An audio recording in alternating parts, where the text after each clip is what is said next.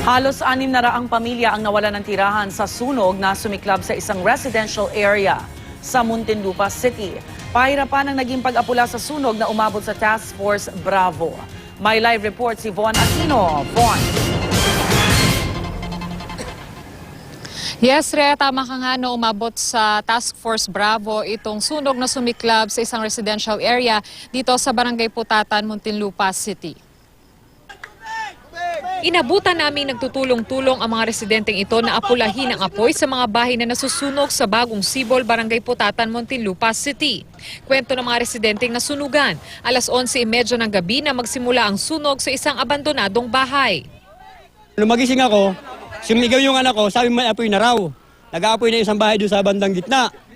Ngayon, inapula sana namin, hindi naman namin apula dahil sumubra ng lakas. Nakahiga na kasi ako, tapos nagsisigawan na sa labas. Paglabas ko, malaki na yung apoy doon sa malapit sa amin. Bakanting bahay yun, walang nakatira. Tapos may mga nagtatambay doon pagka doon siguro. Kasi wala nang kuryente yun eh. Ang iba naman naglabas na agad ng kanilang gamit sa takot na madamay sa sunog. Para maging safety kami, kaya naghakot na kami ng gamit namin. Ayon sa BFP, nasa 100 bahay ang nasunog at tinatayang nasa halos 600 pamilya ang nawalan ng tirahan. Nahirapan naman ang mga bumbero sa pag-apula sa apoy lalo't malayo sa kalsada ang mismong lugar na nasusunog. Mahirap dahil kailangan nating maglatag ng mahigit 10 hose para makarating tayo sa loob. Then yung ating water source medyo malayo. So kailangan natin bumalik-balik. Konkreto naman, kaya lang siyempre dikit-dikit. Kaya medyo mabilis yung pagkalat. Pasado 1:00 na madaling araw nang itaas sa Task Force Bravo ang sunog. Hindi pa raw tukoy ng BFP ang sanhi ng sunog at kung kaninong bahay nagsimula ang apoy.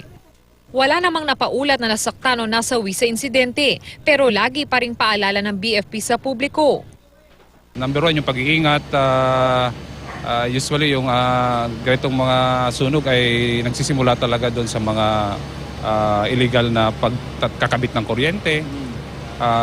Siyempre kailangan din, meron din silang organized na grupo para sila initially yung mag-aapula ng apoy. Dahil nga medyo may kalayuan yung ating istasyon. Yung tubig natin talaga mahirap. Rhea, alas 3 ng madaling araw, idiniklara ng BFP na tuluyan nang naapula ang sunog dito. Pero kahit pa madilim pa dito sa lugar at talagang mausok pa, ay yung mga ibang residente ay narito na upang kumuha ng kanilang mga gamit o yung mga ibang pwede nilang pakinabangan dito sa lugar na nasunog. Rhea? Maraming salamat, Von Aquino.